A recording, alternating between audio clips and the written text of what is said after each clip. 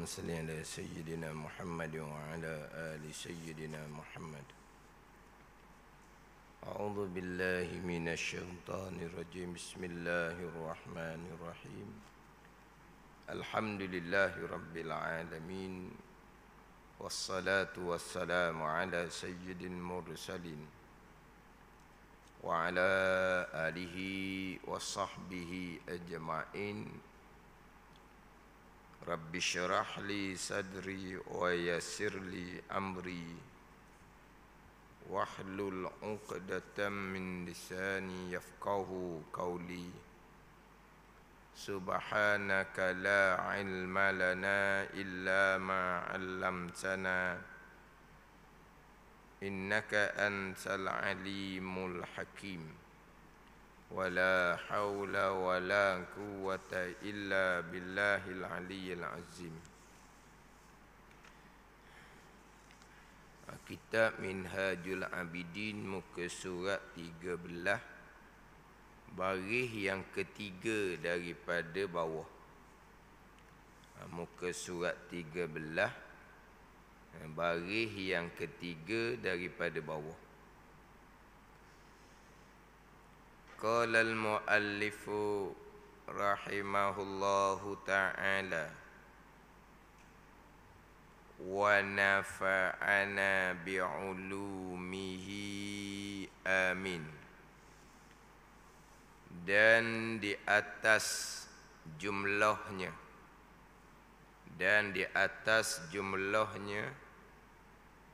tiap-tiap barang yang tiada sentosa, yakni tiada selamat daripada binasa, tiada sentosa daripada binasa ni, serta jahilnya,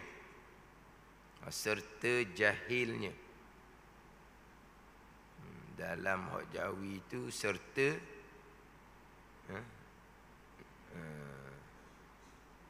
jadi jim mim lam he tau. Jadi jumlah. Hak Rumi dia tulis macam hak Rumi. Serta jumlahnya. Bukan serta jumlahnya, serta jahilnya. Serta jahilnya. Dia situ jim mim lam he se. Naknya serta jahilnya, bukan serta jumlahnya. Tiap-tiap barang yang tiada sentosa, tiada selamat daripada binasa serta jahilnya, maka menuntut akan dia akan tiap-tiap barang tadi itu fardu, yakni wajib. Tiada harus bagimu, tiada harus, yakni haram bagimu, maknanya di atasmu, meninggal akan dia akan menuntut akan barang yang tiada sentosa daripada binasa serta jahilnya.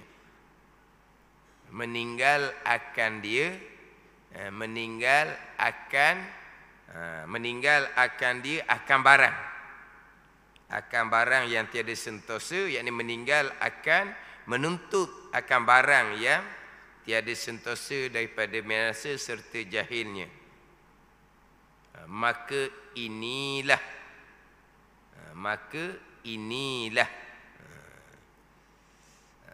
dalam Arabnya fahazihi hazihi, maka inilah jumlah yang tersebut. Lepas tu ada satu laginya, inilah. Ini dalam hak Arab tu lah. Maka inilah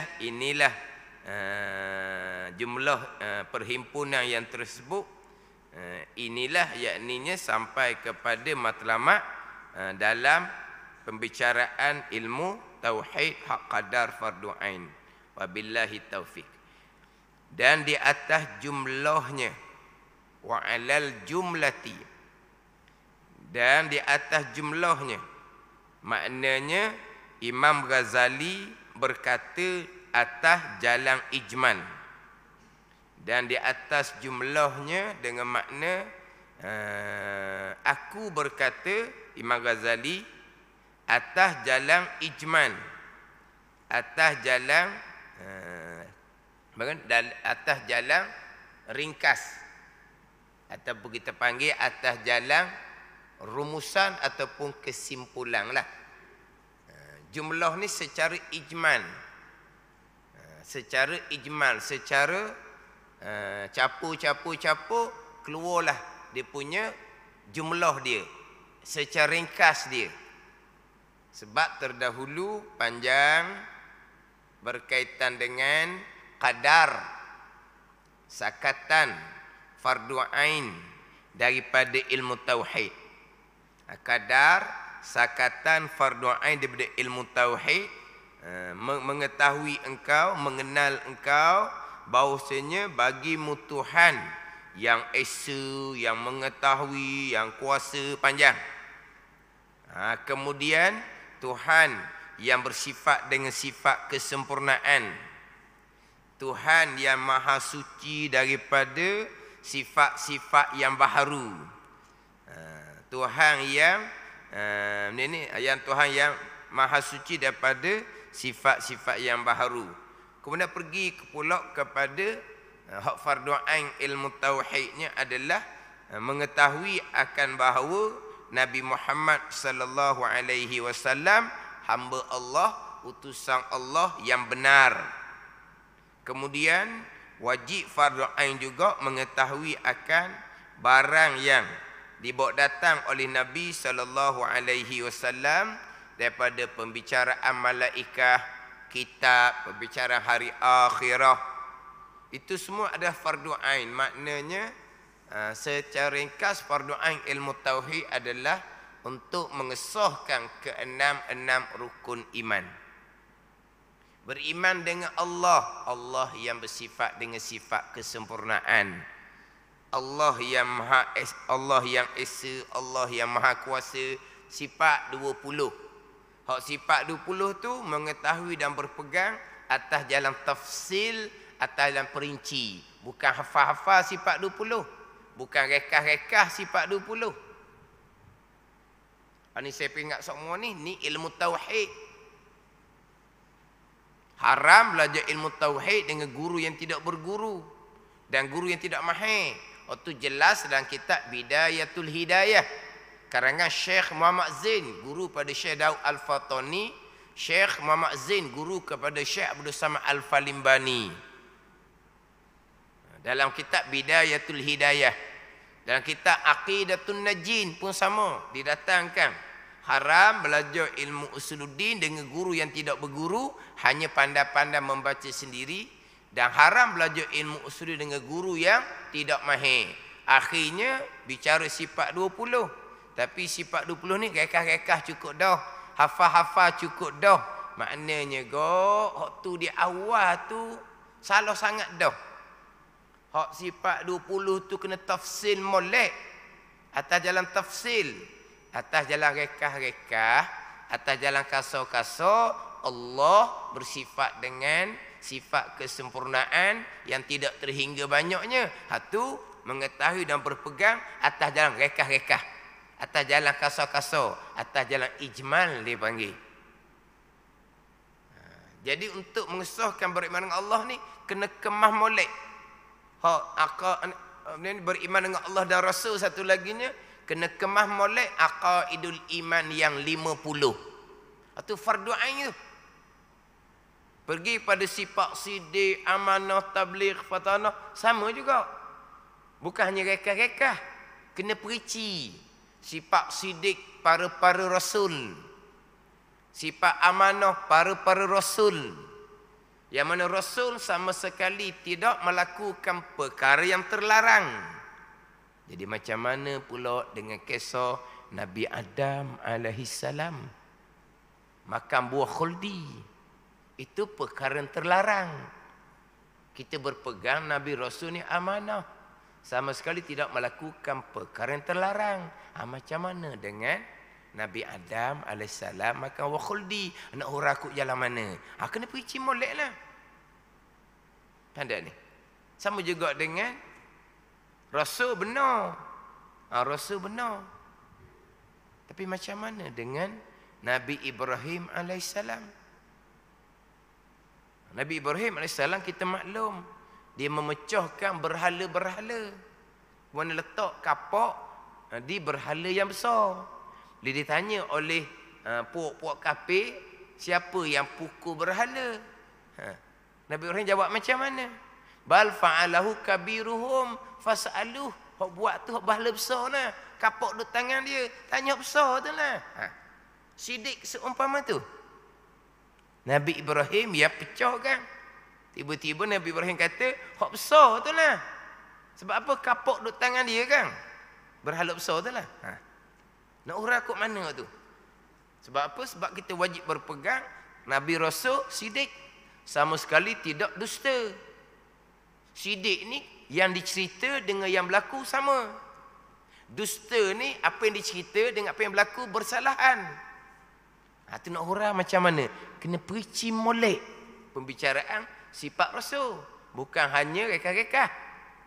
Jadi untuk sah beriman dengan Allah dan Rasul, pembicaraan kena tafsir aqaidul iman yang 50. Kena belajar dengan guru yang berguru, guru yang mahir. Jadi macam tadi, sifat 20 hafal-hafal. Lepas tu zikir-zikir, sifat 20 masuk dalam hati. Itu bukan. Itu bukan jalanan kaedah sifat 20, itu bukan. Untuk sah beriman dengan malaikat, qada mana? Untuk sah beriman dengan kitab, qada mana? Apa makna beriman dengan kitab? Kena perici molek. Apakah makna beriman dengan kitab? Benar tak kita betul-betul beriman dengan kitab? Beriman dengan kitab ada 104 buah. Kemudian kitab pula Taurat, Injil, Zabur dan Quran. Hak 104 kitab berimannya macam mana? Hak Taurat, Injil, Zabur dan Quran berimannya macam mana? Kena perici molek sini. Kemudian apa makna kita beriman dengan Al-Quranul Karim?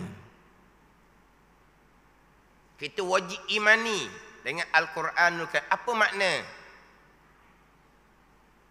Kita imani sekalian hukum hakam yang terkandung dalam Al-Quranul Karim.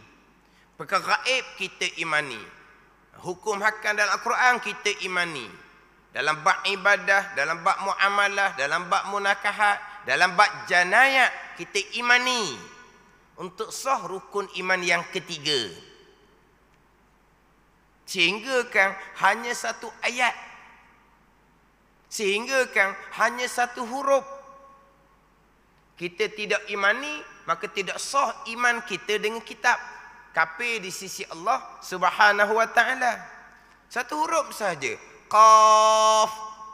Qaf apa? Tak ada makna pun. Dia pun tak imani. Contoh, maka kafir dia. Satu huruf saja, ya, satu huruf. Qaf, satu huruf betul. Alif lam mim, 3 huruf juga.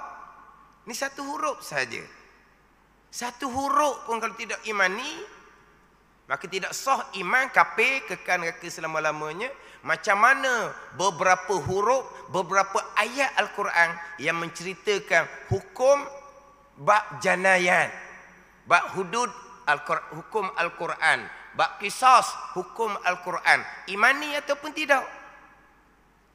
Ini cerita molek ni bab-bab iman. Cerita bab iman. Hudud ayat Al-Quran. Hukum qisas ayat Al-Quran. Wajib imani. Kemudian memperjuangkan agar hukum Al-Quranul Karim tertegak di bumi milik Allah Subhanahu wa taala, tuan kepada Al-Quranul Karim. Memperjuangkan moga-moga hukum tertegak, itu adalah amal soleh kita. Yang pertama, imani. Kita beriman dengan hukum, dengan perintah semayang. Samalah kita imani dengan perintah kerat tangan pencuri. Ini kena faham boleh, ni bab iman. Quran perintah aqimus solah, diri oleh kamu akan sembahyang. Sebagaimana kita imani perintah sembahyang, kita akan imani dengan perintah Al-Quran. Faqata'u aydiyahuma. Potong oleh kamu akan dua tangan pencuri akan tangan pencuri lelaki dan pencuri perempuan. Sebagaimana kita imani puasa, kutiba alaikumus siyam, diwajibkan atas kamu puasa. Sama kita imani dengan ayat kutiba alaikumul qisas, diwajibkan atas kamu, Tuhan kata akan hukum qisas. Wajib imani untuk sah iman. Kemudian memperjuangkan itu amal soleh untuk dapat redha Allah Subhanahu wa taala. Allah redha kepada allazina amanu wa amilus solihat. Itu bicara beriman. Kalaulah tidak imani dengan Al-Quran, walaupun Al-Quran tu hafal sekalipun, hafal Al-Quran fardu kifayah. Beriman dengan ayat Quran rukun iman. Kena ingat baik. Biar jelas apa makna beriman dengan kitab. Dengan 104 buah kitab. Dengan kitab Taurat, Injil, Zabur dan Quran. Beriman dengan Al-Quran. Kena pergi molek. Ini fardu ain kepada kita. Ini ilmu fardu ain yang wajib kita ajar kepada anak-anak kita. Ini pastikan anak kita belajar Al-Quran. Sebelum tu kita kemah anak kita. Apakah makna kita beriman dengan kitab, beriman dengan Al-Quranul Karim? Apa makna? Perjelaskan molek. Ini hak fardu ain. Jangan baca Quran, cium Quran, junjung Quran, cium Quran, junjung Quran. Hukum Al-Quran jebeh lalu dah. Hukum Al-Quran berubah lalu dah air muka. Sebut hukum Al-Quran, tak ada hak lain. Hati macam mana dengan hukum Al-Quran? Oh, nak sangat. Tangan kerak pencuri. Kalau pencuri tak nak sendiri macam mana? Nak sangat, tak nak sangat, itu hukum siapa? Tak mau hukum tu keluar daripada bumi Allah Subhanahu wa taala. Boleh bebaslah. Tapi imani nombor 1. Amal solehnya memperjuangkan supaya tertegak hukum agama Allah. Itu amal soleh. Tidak imani habis licin. Beriman tapi tidak memperjuangkan supaya tertegak. Ini orang yang bukan orang yang beramal soleh, orang yang fasik dipanggil. Beriman 1, beramal soleh 1.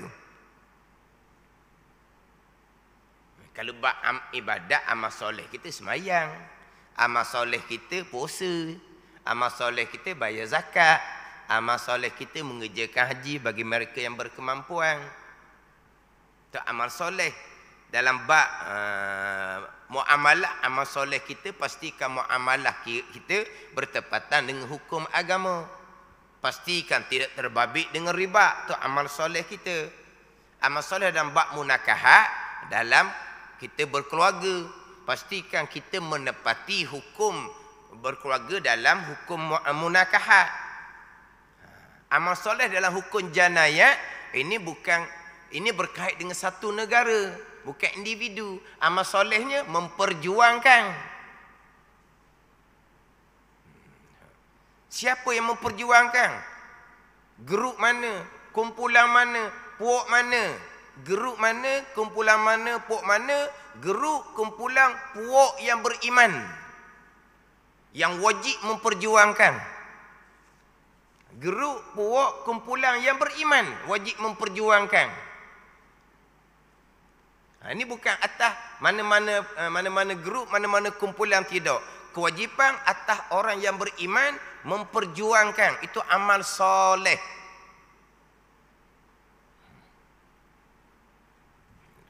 Ini kena atur molek. Tapi yang kita bicara sekarang adalah berkaitan dengan iman. Beriman dengan hari kesudahan. Kadar mana untuk lepas fardu ain kita membicarakan berkaitan dengan beriman dengan hari kesudahan. Terkadang orang kita ni Tidak imani pun berkaitan dengan ada telaga haud bagi Nabi sallallahu alaihi wasallam.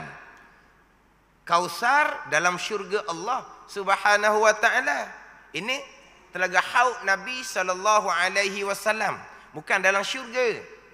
Tidak imani itu pegangan Mu'tazilah. Kena pastikan. Ini hak fardu ain.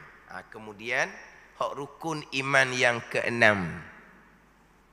Pastikan kita kemah kejak hak berkaitan dengan qada dan qadar Allah Subhanahu wa taala. Itu hak qadar fardu ain daripada ilmu tauhid. Kemudian hak menjadi kewajipan fardu ain juga daripada ilmu tauhid. Kita belajar ilmu tauhid sampai peringkat boleh membezakan antara i'tiqad ahli sunnah dengan i'tiqad ahli bid'ah. Ini saya sudah sebut berulang-ulang kali, beberapa minggu dah, hak berkaitan dengan fardu ain daripada ilmu tauhid. Kita belajar masalah-masalah berkaitan dengan pegangan ni, memberi zahir tanda jelas ini i'tiqad ahli sunnah. Tanda jelas ini i'tiqad ahli bid'ah. Ada ni. Itu pun hak fardu ain juga. Ada beberapa masalah yang kita kena pastikan jelas-jelas. Manakah i'tiqad ahli sunnah, manakah i'tiqad ahli bid'ah. Terutama dalam bab qada dan qadar Allah Subhanahu wa taala. Kena zahir tanda, jelas tanda antara ahli sunnah dengan ahli bid'ah. Imam Ghazali nyatakan pula, dan takut olehmu bahawa engkau i'tiqad dengan ahli bid'ah pada agama Allah, maka adalah kamu serta Allah itu atas sebesar-besar kebinasaan. Beriktikad dengan etika ahli bid'ah, kata Imam Ghazali, sebesar-besar kebinasaan. Beriktikad dengan etika ahli bid'ah, sebesar-besar kebinasaan. Amal ibadah sama sekali tidak akan diterima oleh Allah Subhanahu wa taala. Yang saya dah ulang-ulangnya dua. Satunya berkaitan dengan perkara jahat, satunya berkaitan dengan ikhtiar dan usaha. Perkara jahat yang jelas pada tajuk rukun iman yang keenam. Ramai orang yang berpegang ianya bukan datang dari qada dan qadar Allah. Ini i'tiqad ahli bid'ah yang khilaf pada kafir. Ayat Al-Quran jelas, hadis Nabi jelas, perkara jahat qada dan qadar Allah. Kerana saya sudah sebut berulang kali, orang agamawan sendiri mereka menolak secara terang-terang perkara jahat qada Allah, ataupun menolak secara tersembunyi perkara jahat qada Allah. Ada menolak secara terang-terang. Tidak ada qada Allah pada perkara jahat, terang-terang. Itu ada rakaman orang agama. Ada yang menolak secara terselindung, tapi hakikatnya memang mereka menolak akidah Al-Quranul Karim, akidah hadis Nabi, perkara jahat qada Allah Subhanahu wa taala. Cuma mereka tolak tu secara terselindung. Perkara jahat qada Allah kata mereka. Tapi qada Allah bukan kehendak, ketentuan iradah. Qada Allah dengan makna Allah mengetahui. Ada ni? Qada Allah dengan makna Allah mengetahui. Oh ni kena kemah molek ni. Oh ni ada dalam rakaman. Yang bawa akidah ni orang-orang yang public figure. Orang-orang yang memang diikuti oleh ribuan manusia. Program yang dianjurkan diikuti oleh ribuan manusia. Akidah yang diajar ni diterima oleh ribuan manusia. tidak ada sebarang respon yang mempertikaikan, tidak ada. Tidak ada. Diterima oleh semua orang tanpa menyedari itu adalah akidah ahli bid'ah, bukan akidah ahli sunnah wal jamaah. Mereka menyebut qada Allah, tapi bukan kehendak, ketentuan iradah, tetapi mengetahui oleh Allah Subhanahu wa taala. Allah tidak kehendak, Allah tidak menentukan. Kita beri kebebasan sebebas-bebasnya untuk memilih dan melakukan. Tapi qada dengan makna ilmu. Ni kena ngaji molek ni. Sebab nak masuk di bawah tu sudah masuk kepada qadar fardu ain daripada ilmu sir, ini ilmu tasawuf. Jadi kita lama ni pembicaraan qadar fardu ain ilmu tauhid, sebab ini ilmu mula-mula. Tak ada ni, tak ada lah. Tak ada ni, tutup buku, tak ada pembicaraan. Kita kena kemah makna qada, makna qadar. Memang ada di kalangan ulama ahli sunnah wal jamaah, Asy'ariyah ataupun Al-Maturidiyah, dia pergi kepada ilmu Allah Subhanahu wa taala. Cuma bezanya Asy'ariyah qada, Al-Maturidiyah qadar, tu je beza dia. Tapi ada Asy'ariyah, ulama-ulama tauhid yang mengikuti jalanan Imam Asy'ari, ada di kalangan Al-Maturidiyah, ulama-ulama tauhid yang mengikuti jalanan Imam Imam Abul Mansur Al-Maturidi. Qada, Asy'ariyah, qadar, Al-Maturidiyah pergi kepada ilmu, bukan iradah. Pergi pada ilmu. Ada? Pergi pada ilmu. Allah mengetahui pada azal seseorang akan memilih dan melakukan perkara jahat. Baik, tak ada baik tu kita fokus pada jahat. Qada, Asy'ariyah, qadar, Al-Maturidiyah, ilmu Allah mengetahui seseorang akan memilih dan melakukan perkara jahat. Seseorang memilih akan kekufuran dan mereka kufur kepada Allah. Seseorang memilih untuk melakukan kemaksiatan serta seseorang melakukan kemaksiatan. Allah mengetahui. Tetapi ahli sunnah wal jamaah berlaziman antara Allah mengetahui dengan Allah menghendaki. Bila Allah mengetahui seseorang hamba memilih dan melakukan perkara jahat, Allah menghendaki. Seseorang hamba memilih dan melakukan perkara jahat, kena pergi situ. Itu ahli sunnah wal jamaah. Kalau qada ataupun qadar dengan makna ilmu mengetahui, Allah mengetahui jua, bukan Allah menghendaki. Itu adalah pegangan ahli bid'ah, bukan ahli sunnah. Maksudnya kalau pergi qada ataupun qadar kepada ilmu, tak salah. Allah mengetahui pada azal seseorang hamba akan memilih dan melakukan perkara jahat. Apa yang Allah Ta'ala mengetahui, itulah perkara yang Allah Ta'ala qadakkan. Bukan Allah mengetahui saja. Faham tak? Tapi pandangan lebih kuatnya, qada ataupun qadar Maturidiyah, iradah lah. Ta'alluq tanzih qadim bagi iradah lah. Allah menghendaki, Allah menentukan pada azal, barulah pergi kepada muwafaqah dengan ilmu. Tu hak jalanan yang kebanyakan ulama. Sebab ayat Al-Quran jelas, pergi pada iradah, bukan pergi pada ilmu. Ayat yang kita duk baca tu kan, fa'alul lima yurid. Ayat yang lain pula kita duk baca, innallaha yaf'alu ma yurid. Sesungguhnya Allah Ta'ala melakukan ia akan barang yang ia kehendak. Ma yurid, arada yuridu iradatan.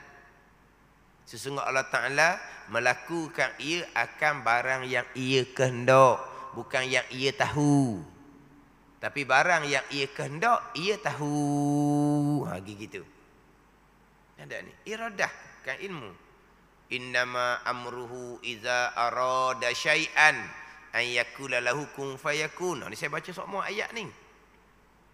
Innama amruhu iza arada.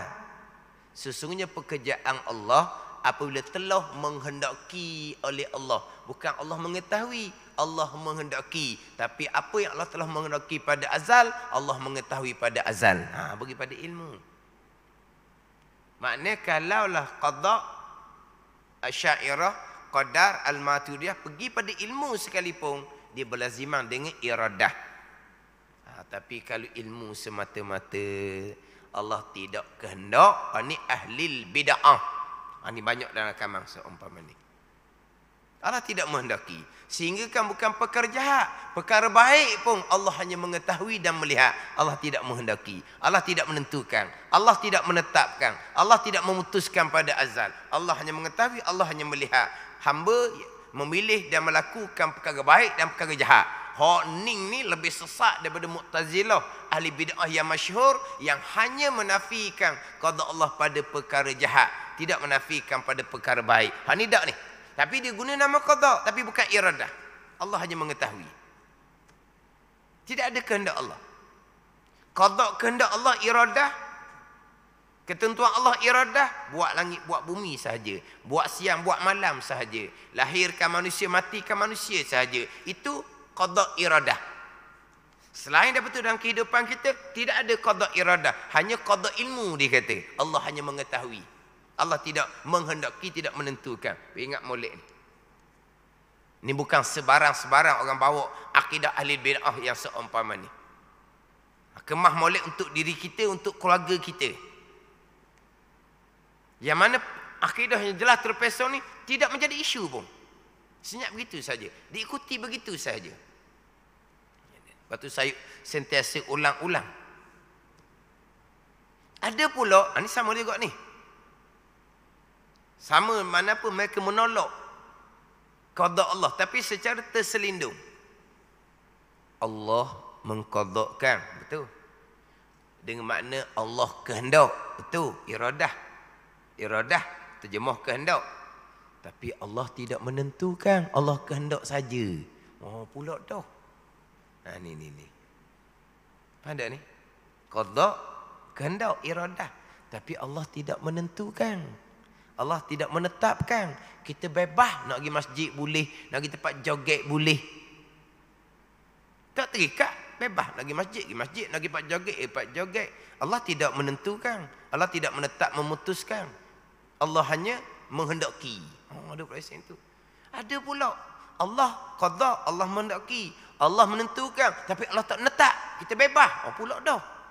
Ini macam-macam peseng ni. Lepas tu saya sentiasa ulang. Qada ni kehendak, ketentuan, ketetapan, keputusan, panjangnya. Sebab macam-macam hak pegangan ahli bid'ah ni. Allah menghendaki, dengan mana Allah menentukan, tapi Allah tidak menetapkan. Kita bebas. Nak ke masjid boleh, nak kita tempat joget boleh. Tapi Allah menghendaki, qada. Allah menentukan. Tapi Allah tidak menetapkan. Kita bebas. Kata, apa beza menentu dengan menetap? Dengan memutuskan, sama makna je. Ini. Pada ni. Ini kena berlalu. Golongan ni tak boleh terima. Kalau perkara jahat yang dipilih dilakukan, memang itulah qada, terikat dengan ketetapan keputusan Allah. Lepas tu kena hukum nanti. Zalim Allah seumpama. Itu di Mu'tazilah. Itu akidah ahli bid'ah.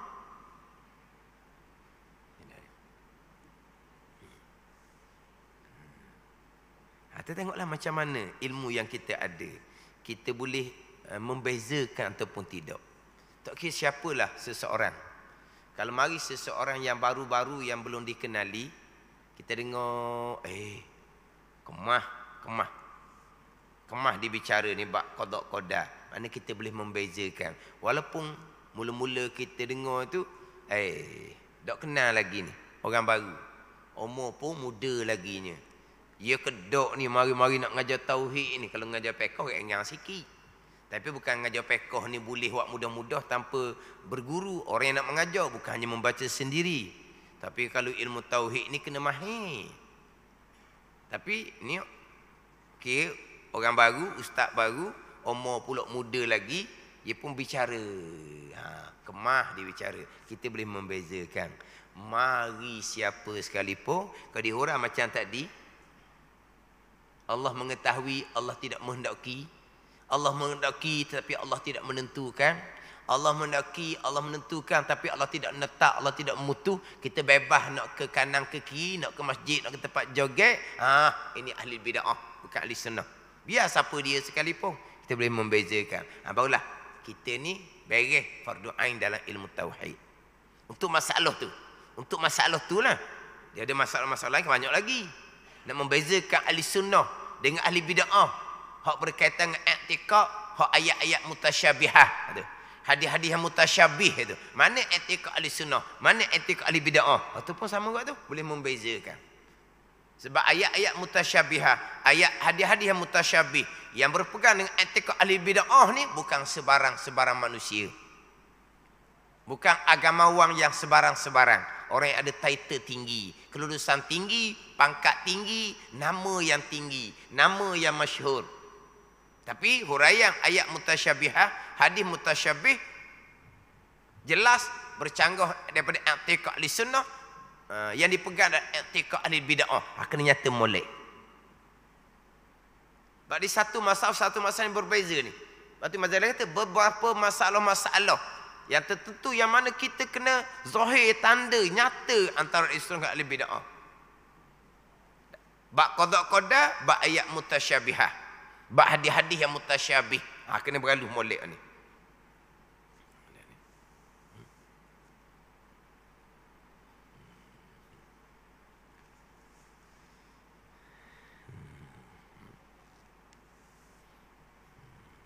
Jadi maknanya mari orang yang macam mana pun kita jelas bagi kitanya. Ini sebagai dia panggil pengiktibaran lah bagi kita. Dia belajar ilmu tauhid 20 tahun dahulu. Kemah dia belajar. Kemudian gurunya sudah meninggal. Kemudian cari satu guru. Dia jelas, tak betul ni. Tak betul. Dia cari guru lain pula. Ni tak apa jelas molek ni. Nak kata tak betul tak boleh katalah, tak jelas. Ni jelas dah ni tapi rekah sangat cerita. Maknanya dia boleh. Mana dia cari 20 tahun hak dia belajar mula-mula tu. Tapi banyak dia jumpanya, dia kata tak betul. Yang dikatakan tak betul tu bukan ustaz dah. Ada ni. Kita ni ustaz je. Ustaz. Dipanggil apa? Asatizah, ustaz. Terkadang yang tak betul ni dia kata yang dipanggil tuan guru dah. Ini contoh. Ini pengalaman seseorang berkaitan dengan ikhtiar, pilihan hamba. Pilihan hamba ni kita ahli sunnah kan? Wajib berpegang hamba ada pilihan. Kita ahli sunnah. Wajib berpegang hamba ada pilihan. Dan dia nak tanya pilihan hamba ni. Berapa persen pilihan hamba ni? Dia tanya tu je. Satu, perbuatan itirari. Kita biasa dengar kan? Satunya ikhtiari, satunya itirari. Istilah ni kita kena ingat ni. Ikhtiari, hak kebanyakan ni. Gerak diam kita ikhtiari lah. Hak itirarinya, hak jarang-jarang. Mana? Menguap. Kita memilih untuk menguap. Ada juga memilih tak? Buat menguap je nak suruh tanya. Kenapa tu? Semalam bangun malam. Ada menguap yang buat? Tak. Menguap. Takut dia sengaja buat menguap.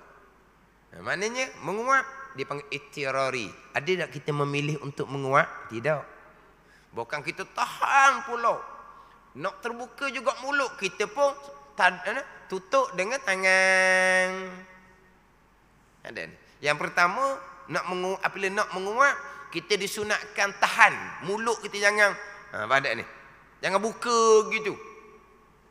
Jangan pula buka, lepas tu bunyi pula suara. Ada? Buka, bunyi pula suara. Orang tua kita panggil nguat topek. Kenal nguat topek? Nganga mulut, wah bunyi. Tu. Dia bagus tu kita panggil nguat topek. Nah ni. Mana kontrol mulut jangan terbuka. Nak terbuka, tutup tangan tu. Tapi menguat bukan ikhtiari, ittirari. Pada ni. Ni perkara-perkara ittirari. Tapi tak banyaklah. Ittirari, ahli sunnah ke, qadariyah ke, jabariyah ke, satu saja. Satu akidah saja. Ittirari, ahli sunnah ke, qadariyah ke, jabariyah ke, satu i'tiqad. Hak Tuhan, tak ada kaitan dengan hak hamba. Sama je. Mana?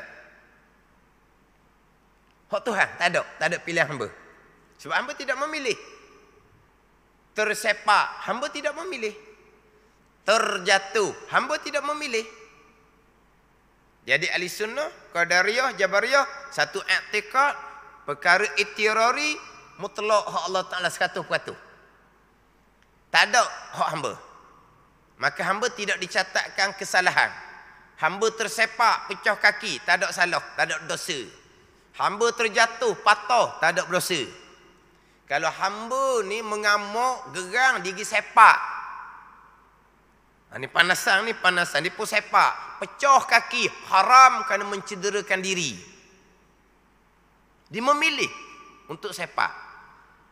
Lepas tu memilih untuk jatuh ada ke? Ada, memilih untuk jatuh. Panjat pokok, terjun pala dulu. Tak ada lah, tu nak bunuh diri. Tapi makna kalau tersepak, pecah kaki, tak ada dosa. Sebab apa? Tidak disandarkan kepada hamba. Mutlak hak Tuhan 100%. Ittirari. Macam ni hak ikhtiari, hak kebanyakan kita ni. Ni, gerak diam kita, duduk majlis ilmu, perhati dalam majlis ilmu. Ada ni. Kita memandang, kita mendengar. Itu semua ikhtiari. Jadi pertanyaan ni, dia nak tanyanya, ittirari hak Tuhan. Tak ada kaitan dengan hamba. 100% hak Tuhan. Sama ada ahli sunnah, sama ada qadariyah, sama ada jabariyah. Hak ikhtiari ini pula. Hak ikhtiari ini. Yang mana kita ahli sunnah wajib berpegang. Hamba yang memilih, hamba yang melakukan. Wajib berpegang. Iyyaka na'budu wa iyyaka nasta'in. Akan dikau kami yang sembah, akan dikau kami yang minta pertolongan. Ahli sunnah wajib berpegang. Hamba ada pilihan dan perbuatan. Jadi hak ikhtiari ini yang hamba wajib berpegang, hamba ahli sunnah wajib berpegang, hamba ada pilihan ni. Pilihan hamba berapa persen? Pilihan Allah berapa persen? Ni. Dia kata bukan ustaz dah, dia kata tuan guru dah. Dia kata adalah bahagian kita beberapa persen, bahagian Allah beberapa persen. Ni saya pernah dengar dalam satu ceramah dalam TV. Satu ceramah dalam TV. Ni, kita ni berjaya dalam pelajaran, kita berjaya dalam pelajaran, kita berjaya dalam pekerjaan. Jangan lupa 99% kejayaan kita tu hak Tuhan. 1% je hak kita. Pandai ni. 1% mana hak kita?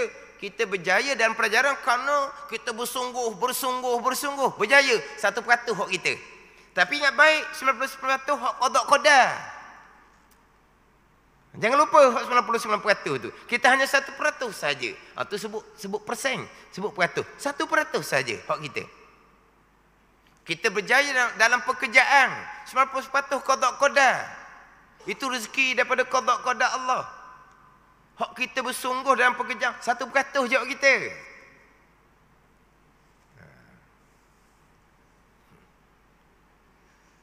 Kita ni tak letak berapa peratus.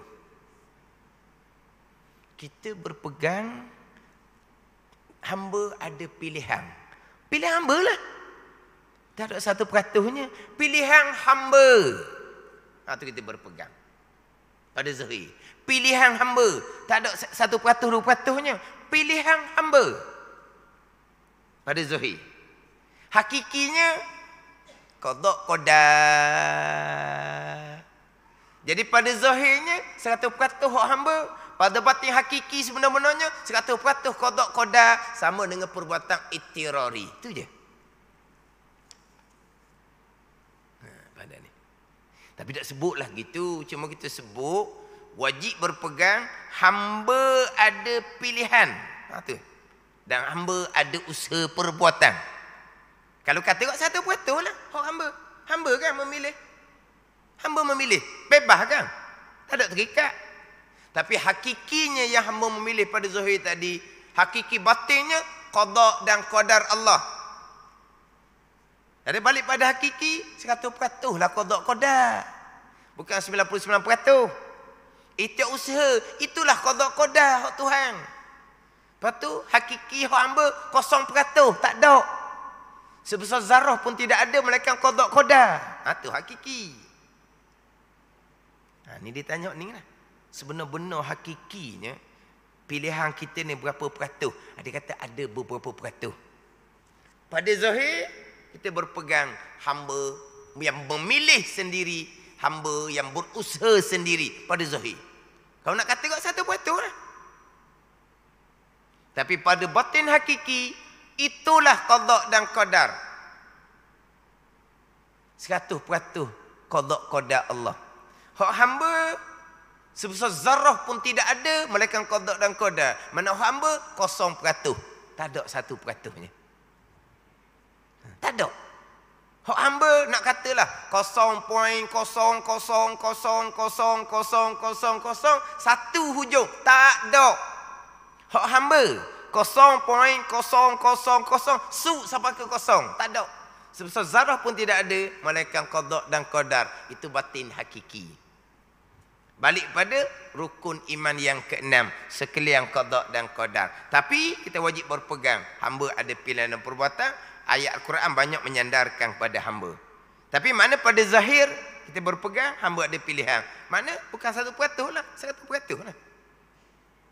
Tapi balik pada batin hakiki, sekalian qada dan qadar 100%. Ikhtiari ke, ittirari ke, sama pada batin hakiki.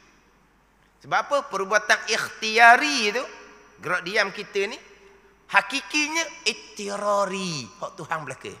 Itu je. Ini perbuatan ikhtiari kita ni, gerak diam ni, pada hakiki sebenar-benarnya adalah ittirar. Jadi ditanya satu guru, pilih hamba ni, hakikinya berapa peratus? Tadilah adalah beberapa peratus. Sebesar zarah pun tidak ada melainkan qada dan qadar. Kan rukun yang kenal kan? Peratus-peratusnya kat mana? Tapi nak cerita ni pengajaran kepada kita, maknanya dia belajar sampai tahap lulu fardu ain, boleh membezakan, dia cuma nak memperkemaskan kembali. Tanya orang-orang yang tinggi kedudukan, bukan ustaz walaupun nama tuan guru, tapi boleh diperjelaskan, salah, ini bukan ahli sunnah. Boleh membezakan, boleh lulu fardu ain. Kita duduk tangga mana? Tangga mana kita ni? Jangan kita duduk tangga cerita bab ikhtiari, ittirari pun kita belang tu balik awal lah. Kalau seumpama tu kita ni, halah, kena hidup pondok lah. Belajar tauhid betul-betul hidup pondok. Ni, pada ni. Gitulah kira-kira. Sebab apa? Kalau kita tak belajar molek bab ilmu pegangan ni, pegangan kita samar-samar, kita nak rokok sujud kepada Allah yang kita tidak mengenal Allah, yang mengqada-qadarkan segala-gala. Kita nak lakonkan seumpama tu. Kita rokok sujud, serta saat kita rokok sujud, kita belajar mendalami berkaitan ilmu fadail tauhid akidah. Mana kalau berat juga kok, kena buat camp pemulihan akidah. Gitu lah. Sebab apa? Ini parah. Ini kritikal. Bab Mazali mengatakan, takut olehmu bahawa engkau iktikad dengan ahli bid'ah, maka adalah kamu serta Allah atas sebesar-besar kebinasaan. Sebesar-besar kebinasaan. Rokok sujud pelakon. Yang melakonkan dalam keadaan pegangan yang terpesong. Pegangan yang tidak jelas. Ingat baik, diri kita, keluarga kita. Kita ketua keluarga. Bawa agama molek dengan akidah Ahlussunnah wal Jamaah, dengan akidah yang suci. Jangan duk lakon-lakon saja dengan rupa agama. Ini ilmu usuluddin, ini tapak agama. Ini akhir zaman. Pegangan ahli bid'ah akhir zaman cukup serius. Macam saya sebut tadilah, orang agama yang bawa. Lepas orang agama yang bawa, tidak ada sebarang respon pun. Tidak ada sebarang teguran pun, tidak ada sebarang pembetulan pun. Bahkan ada, saya dimaklumkan, berjumpa secara berhadapan, memperbetulkan yang kamu ajar tu bercanggah dengan i'tiqad Ahlussunnah wal Jamaah. Yang ditegur tu hanya senyum saja, hanya ketawa saja tanpa sebarang respon. Ada seorang ustaz dia yang ke KL lah, international. Orang yang masuk TV apa semua, dia pernah menegur. Yang ajar i'tiqad ahli bid'ah ni, yang dia kenal. Yang dia kenal, dia baik. Dia tegur, nak kata ada pembetulan, tidak ada, bahkan hanya responnya senyum saja. Tidak ada respon balas. Maknanya seolah-olahnya benda pegangan ni benda yang ringan. Bukan kita kata terduduk, terdiam, segera memperbetulkan. Tidak. Hanya senyum saja. Tidak ada sebarang respon. Tidak mempertahankan. Hak asal ajar tu betul. Tak. Dia tidak mempertahankan. Sebab yang menegur tu memang betul-betul mahir ilmu tauhid. Yang menegur tu memang betul-betul mahir ilmu tauhid. Yang ditegur ni memang orang cukup masyhur. Tapi dia tidak mendalami ilmu tauhid. Maka dia tak boleh nak mempertahankan diri. Tapi hanya senyum saja, langsung tidak ada pembetulan. Ada ni. Ini fitnah akhir zaman. Serius hak berkaitan dengan pegangan ahli bid'ah ni. Kena kemah molek bab qada dan qadar, kena kemah molek hak berkaitan dengan ayat-ayat mutasyabihah dan hadis-hadis yang mutasyabih. Jadi hak baca tadi tu kita ulang baliklah minggu depan. Sayang nak perhabis hak bahagian tauhid ini sebab bawah tu sudah masuk kepada hak sakatan fardu ain daripada ilmu sir, ilmu tasawuf. Jadi maknanya berhenti tak habis lagi ni, mana kita boleh undur balik. Undur ni ulang-ulang je. Ulang-ulang. Ni sebut berulang kali dah, cuma ulang-ulang. Sebab apa? Iza takarrara taqarrara. Bila diulangkan akan jadi kejak, akan jadi kemah. Sebab apa kena ulang? Sebab disebut dalam kitab li'annal khatar fi hadzal fanni azimun. Kerana ketakutan, kebimbangan pada ilmu tauhid ni, ketakutan, kebimbangan yang cukup besar. Sebab apa? Kalau beriktikad dengan i'tiqad ahli bid'ah kata Imam Ghazali, maka adalah kamu serta Allah atas sebesar-besar kebinasaan.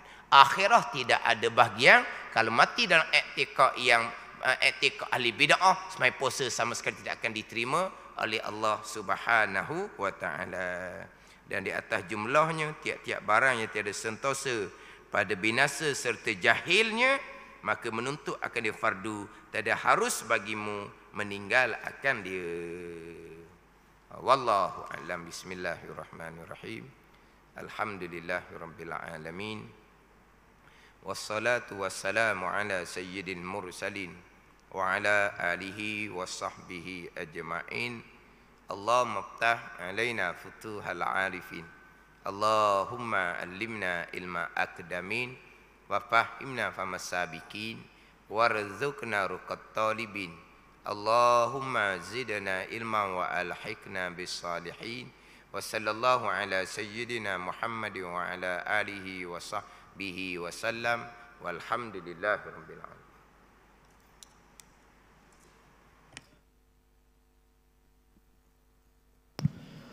Allahu akbar, Allahu akbar.